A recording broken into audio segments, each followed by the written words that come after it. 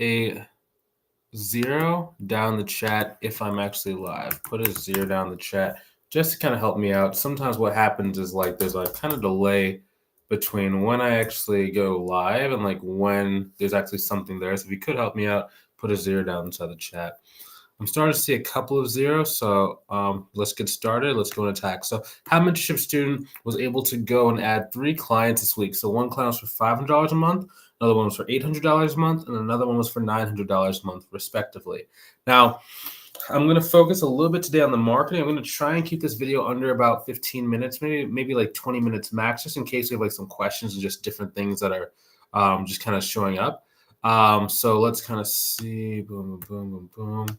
I want to make sure that our YouTube is going live. Last week I was going live and I had the sound off somehow. So I'm going to like really make sure that doesn't happen again. So let's go and attack this thing today. So in order to start getting multiple clients in a week, you're generally not going to do that by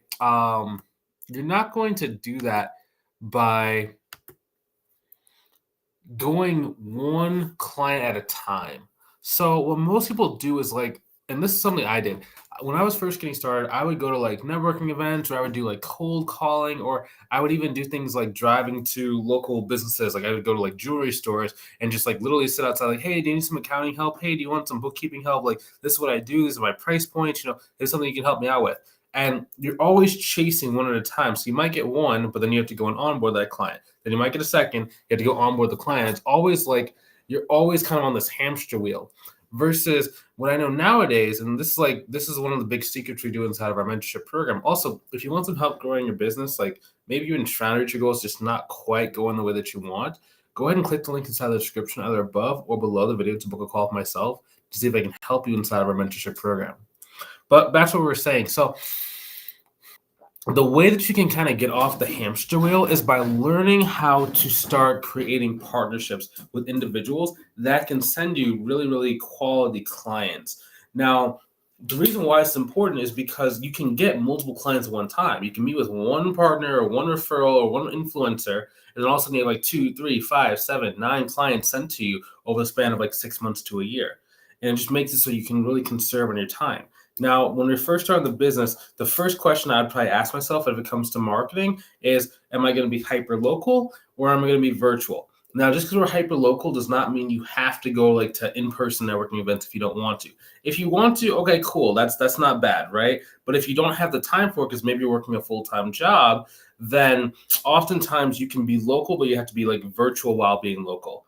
Now, this is also going to be determined on like, where do you live? There are going to be some places where even if you had all the time in the world, it just wouldn't be very good for getting clients. Like generally it's going to be like more rural areas or places where maybe you're around like a location where there's not a lot of super affluent business owners near you, right? So it just kind of depends on where you live and how much time you have. That's really going to determine what you should end up doing. Right, because not every single location is equal. So, for example, one of our students' name is John.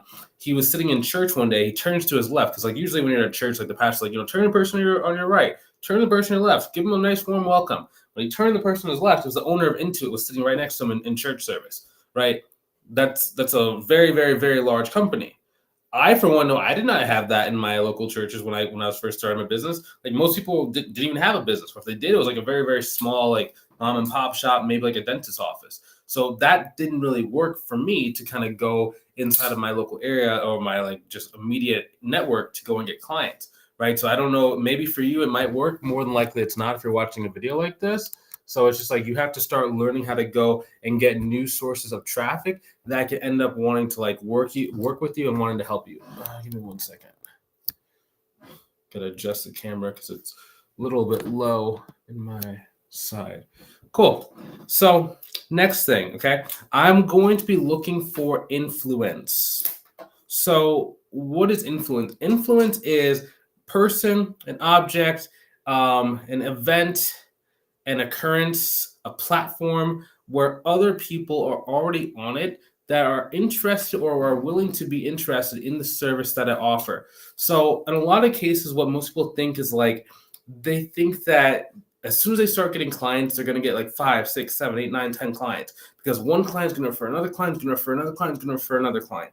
Now, that does happen, but that is not the norm. I was talking to this one lady. and she was saying that she had like a client that paid her $75 a month who referred her a $10,000 a month client, who then referred another client, then referred another client, then referred another client.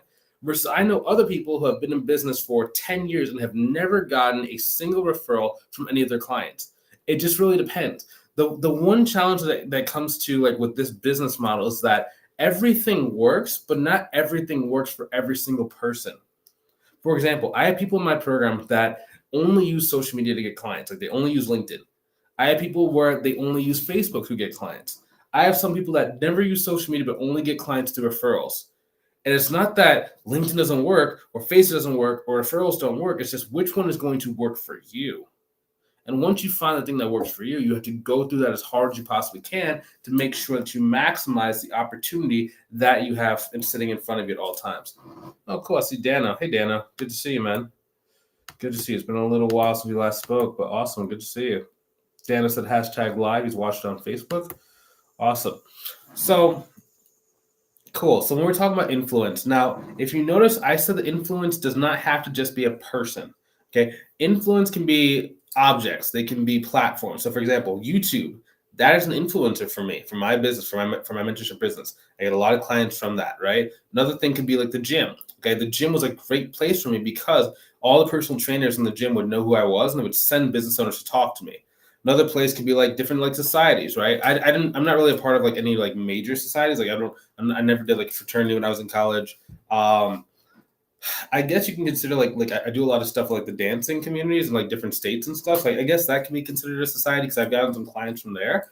So just like different places around, but it doesn't have to just be a person, right? A lot of people, whenever I talk about like influence, they say, "Oh, all I can do is like go to CPA firms." Like you can go to CPA firms, but in a lot of cases, like they're either over inundated by different people reaching out to them, or they just don't have a lot of work that they would give to you, right? So it just kind of depends on you and kind of like where you're there. So the first thing I would do is I would look at like all different places you've been through in your life or places that are close by you that have access to business owners. And then I would start writing those down on a list. Those are going to be where you're going to start going after clients and seeing if you could get some sort of either referral or some sort of introduction to business owners from those locations that you're already a part of.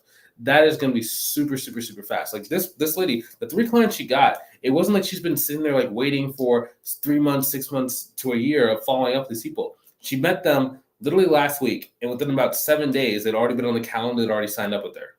So it doesn't have to take a long time. It's just you have to understand like where is that leverage point and where are the people that are going to start sending the clients to you. When you can do that on a very consistent basis, then it does make it very easy to grow your business, and it just makes things a lot smoother. Now, another reason why I like influence instead of client referrals is because with the client referrals, you're just really hoping that the clients will refer you clients. And in a lot of cases, if you're too aggressive with that, you can kind of like really burn out your client list and they won't want to talk to you. They won't want to do as much with you. And it kind of lowers the amount of time they will actually stay with you because all I think is you're just using them for just like referrals and relationships, right? However, with influence, the relationship is started on the fact that you're only really creating this relationship because they want to refer clients to you. Like I have a student mentorship program. He's a little bit newer, and he said, "Bryce, well, how do I tap into influential partners without them feeling like all I want from them is just referrals?" Like, well, why else are you communicating with them? Well, I want referrals. Okay, so let them know that up front.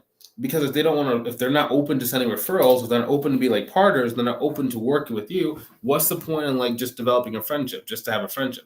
Like if you need friends, okay, you can do that. But like, my friends are people in my personal life. You know what I mean? When I'm talking to a referral partner, when I'm talking to someone about a consultation call, I'm not trying to be their friends. I'm trying to see if there's a way we can help each other out, right? And that's why those referral partners will be on the call.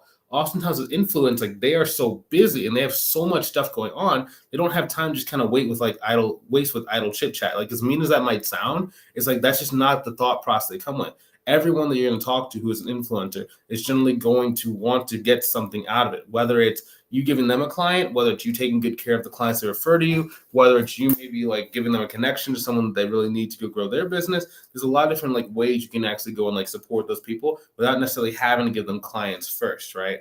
Now, next thing, what are the steps to start getting these influencers send you referrals.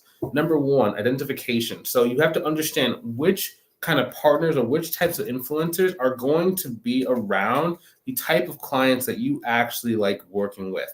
Now, the reason why this is so important is because there's no point in building a relationship with a referral partner who has no access to the clients that you actually want to have.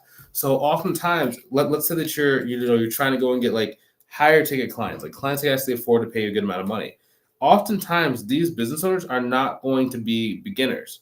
So if you're going after referral partners that only talk to beginner business owners, it's going to be very, very hard for you to start going and getting referrals from those people that are actually going to turn significant amounts of money. So I'm taking into account, who do they help? How long have they been in business? Now, a reason why it's important to know how long have they been in business for is because that is going to determine the age of the clients.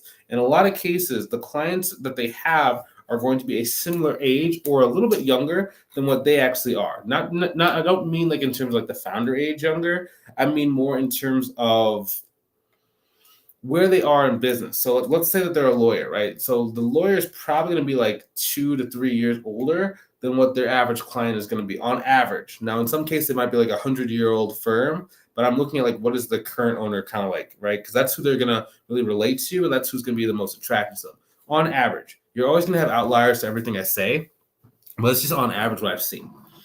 So then the next thing is you have to be able to actually go and get them to want to talk to you. So what we generally do is we like to use messenger scripts. So our messenger script is very, very good at getting people to understand like there is something that we are looking for if we're going to be talking to each other. We also give you what's called a business resume that allows you to give something to the referral partners to actually research you ahead of time to know how you help, who you help, what's your experience, and why should they actually work with you. That leads the way towards everything because now they respect you and they get on the phone with you and they feel you can actually help out the people they're going to refer to you. So therefore, they want to refer more people. If they don't trust you, they don't like you, they don't think that you can actually help them out, they're generally not going to actually like send anything to you. It's very, very tough to get that to happen. So you have to make sure we're earning their respect from the start. Next thing is on the actual call itself. You have to understand how to communicate value and communicate things that are like in their best interest. Like, always communicate how the other person's clients are going to get benefited, not that you want to get a certain amount of gain, right? We all know that you're going to get a gain out of working with their clients. We understand that. But what do their clients get out of working with you? What does the referral partner get out of sending clients to you? It doesn't always have to be money. Sometimes it can just be quality service. Sometimes it can be like you care. Sometimes it's going to be that you can do a certain skill set that other people don't have. We need to be able to communicate that very clearly. After that, at the end of the call, you need to be able to understand how many clients do they potentially have to send you, and like what is the time frame with which they're looking to send the clients to you. Now, once you understand how to do that, it's all about speeding up that time frame. So let's say that someone says, "Oh, I can send you maybe like one client every like 3 months." Okay, well, there's an objection handling path. You have to take the person down in order to get them to understand why they should be sending you leads a lot sooner than that, so you can start getting clients more quickly and more consistently. It just makes just very, very logical sense, and just makes it easier for you to start getting clients. Like, for example, like we talked about, that was under a week that the partner that she talked to sent her the leads, right? Now it's like if this had been like a regular person and this student did not have those skill sets that she has because we talked to her about how to do the consultation calls, it probably would have taken 1 month, 2 months, 3 months when the person got around to it. Versus, okay, I know I need to get this done. I know I need to send some referrals to you. Let me get on my contact list. Let me see exactly what I can send to you.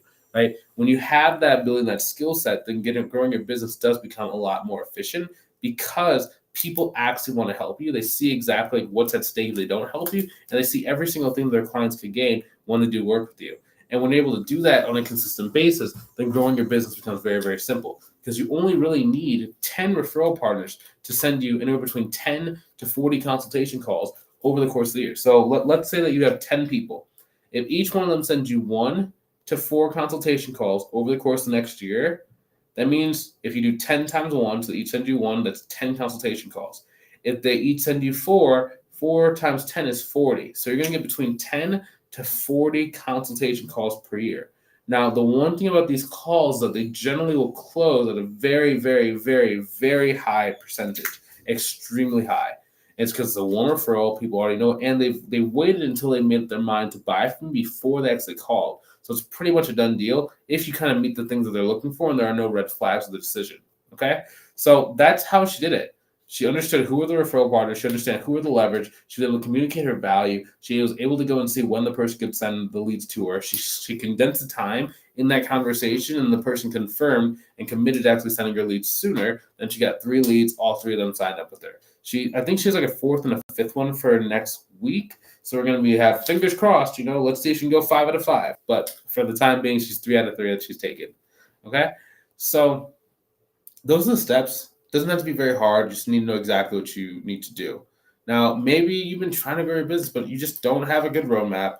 You don't know all the stuff that is causing you not to work. And you think that if you had a proven roadmap that would let you go and see around corners that you can't see around, if it would give you the steps to be able to grow your business without having to worry about people, making mistakes, go ahead and click the link inside the description, either above or below the video, to book a call with myself to see if I can help you inside of our mentorship program. Okay. If that's you, I'd love to see you on the call. If you're not quite ready, it's A-OK too. Now, a reason why the call is so important is because, number one, we're going to be talking about what are the different things that are actually holding you back. A lot of people think that XYZ is holding them back when it's really ABC. And if you're thinking XYZ is holding you back, you're going to start doing countermeasures against XYZ, and it's going to be very ineffective because it wasn't really XYZ that was slowing you down. It was ABC. So instead, we talk about what is the ABC in your life? What is the thing that is stopping you that you cannot actually see or that you do not understand is stopping you? And how do you remove that from you as fast as possible? Because once we do that, then growing your business is very simple.